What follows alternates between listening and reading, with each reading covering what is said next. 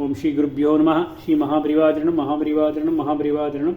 இன்றைக்கி தெய்வத்தின் குரல் பாகம் 5 சங்கர சரித்திரம் என்ற தலைப்பில் பெரிவா சொல்கிறத மேலே வாசிக்கிறேன். இது பக்கம் 625 ஆரம்பிக்கிறது. அப்புறம் ஒரு நாள் சர்வலட்சணமான பிரம்ம தேஜஸோடு ஒரு பிள்ளையாண்டான் அந்த வழியே போனான். அவன் காஷ்மீரத்தைச் சேர்ந்தவன்.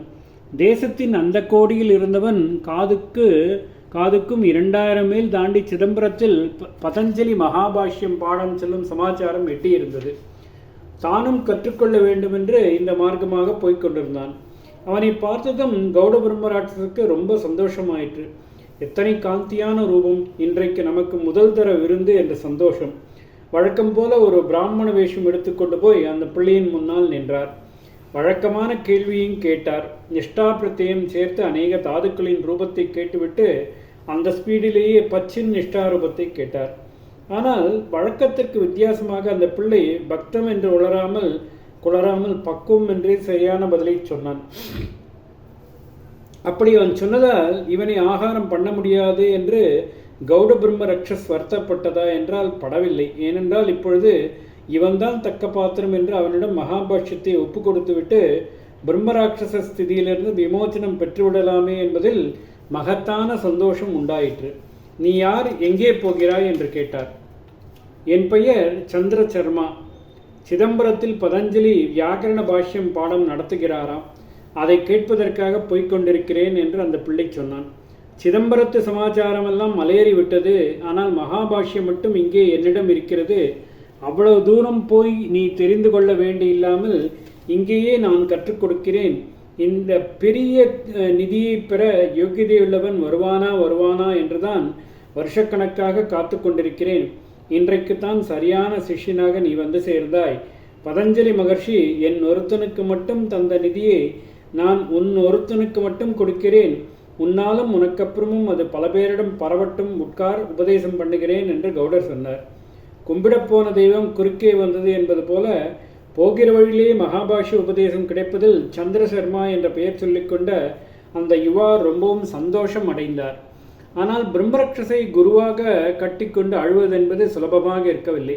ராட்சச குரு கஷ்டமாக அநேக கண்டிஷன்கள் போட்டார். பிரம்மராட்சச ரூபம் எடுக்க வேண்டும் என்று கௌடருக்கு சாபம் இருந்ததால் அதனுடைய விசித்திரமான குரூர சுபாவப்படிதான் அவர் இருக்க வேண்டியதாயிற்று. நான் அந்த அரச மரத்தில் உட்கார்ந்து கொண்டுதான் பாடம் சொல்வேன். இப்பொழுதே ஆரம்பித்து விடுவேன். எனக்கு எப்பொழுது இஷ்டமோ அப்பொழுதுதான் முடிப்பேன். விடாமல் சொல்லிக்கொண்டே போவேன். நீயும் மரத்தில் என்னோடு உட்கார்ந்து கொண்டுதான் கேட்கணும் அல்லது எழுதிக்கணும். எத்தனை நாளானாலும் ராப்பகல் பார்க்காமல் நான் சொல்லிக்கொண்டே போனாலும் அத்தனை நாளும் நீ மரத்தை விட்டு இறங்காமல் எழுதி கொண்டு போகணும். நடுவில் இறங்கப்படாது, தூங்கப்படாது, சாப்பிடப்படாது என்றுபடி கண்டிப்பாக கண்டிஷன் போட்டார். சந்திர சர்மா ஒப்புக்கொள்கிறது தவிர வேறு ஒன்றும் பண்ணிக்கொள்வதற்கில்லை. அவருக்கோ மகாபாஷ்யம் கற்றுக்கொண்டே ஆக வேண்டும் என்று அவா. கற்றுக் கொடுக்கவோ இந்த பிரம்மராட்சஸ் தவிர எவரும் இல்லை என்றால் என்ன பண்ணுவது? வித்தையில் உள்ள ஆர்வத்தால் கண்டிஷனுக்கெல்லாம் கட்டுப்பட்டார். அரச மரத்தின் மேலே விசித்திரமாக குரு சிஷ்யாலின் கிளாஸ் ஆரம்பித்தது. குருவானால் கிடுகிடுவென்று பாடம் டிக்டேட் பண்ண ஆரம்பித்து விட்டார். எழுதிக்கொள்ள சிஷ்யருக்கு பேனாவா, இங்கு பாட்டிலா இல்லை. அந்த கால ஏடா எழுத்தாணியா எதுவுமே இல்லை. எங்கேயாவது போய் வாங்கி வரலாம் என்பதற்கில்லாமல் மரத்தை விட்டு இறங்கக்கூடாதென்று கண்டிஷன். சந்திரசர்மா தயங்கவில்லை. தன்னுடைய தொடையை கீறிக்கொண்டார். ரத்தம் வந்தது. அதுதான் இங்கு. அரசிலை காம்பை ஒடித்து பேனாவைக்கி கொண்டார். பேப்பர் என்னவென்றால் அந்த அரசிலைகளே தான். ரக்ஷஸ் சொல்லிக்கொண்டே போக அவர் காம்பை ரத்தத்தில் தோய்த்து இலைகளில் எழுதி கொண்டே போனார்.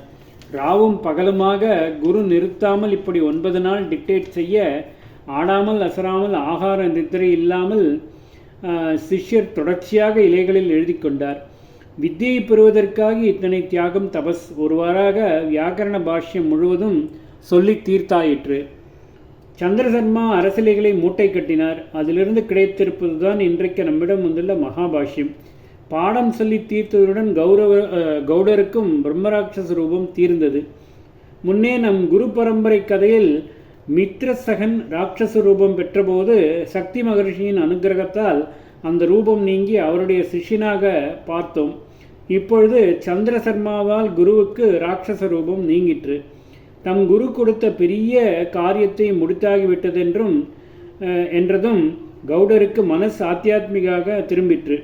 இனி விவேக வைராக்கியங்கள் பெற வேண்டும், ஞானம் பெற வேண்டும், ஆத்ம தியானம் பண்ண வேண்டும், அதற்கு ஒரு உத்தம குருவை அடைந்து உபதேசம் பெற வேண்டும் என்று எண்ணினார். பரம உத்தமமான குரு ஜீவன் முக்தராகவே இருப்பவர் யார் என்று விசாரித்தார். சுகாச்சாரியால் அப்படி இருப்பதாக தெரிந்து கொண்டார். ஜென்மா எடுக்கும்போதே ஆத்ம ஞானியாயிருந்த அவரையே ஆச்சாரியராக வரித்து அவரிடம் உபதேசம் வாங்கிக் கொள்ள முடிவு செய்தார். அப்பொழுது சுகர் பத்ரிகாசிரமத்தில் இருப்பதாக தெரிந்தது. உடனே கௌடர் நர்மதா தீரத்திலிருந்து இமாச்சலத்தில் சுகர் இருந்த இடத்துக்கு போய் அவரிடம் சரணாகதி செய்தார். சுகர் அவருக்கு சந்நியாசம் கொடுத்து ஞானோபதேசம் செய்தார். உபதேசம் பண்ணியவர் பிறவி பிரம்மஞானி, வாங்கி கொண்டவரும் சத்பாத்திரம் ஆகியால் கௌடரும் பிரம்மஞானம் பெற்றார்.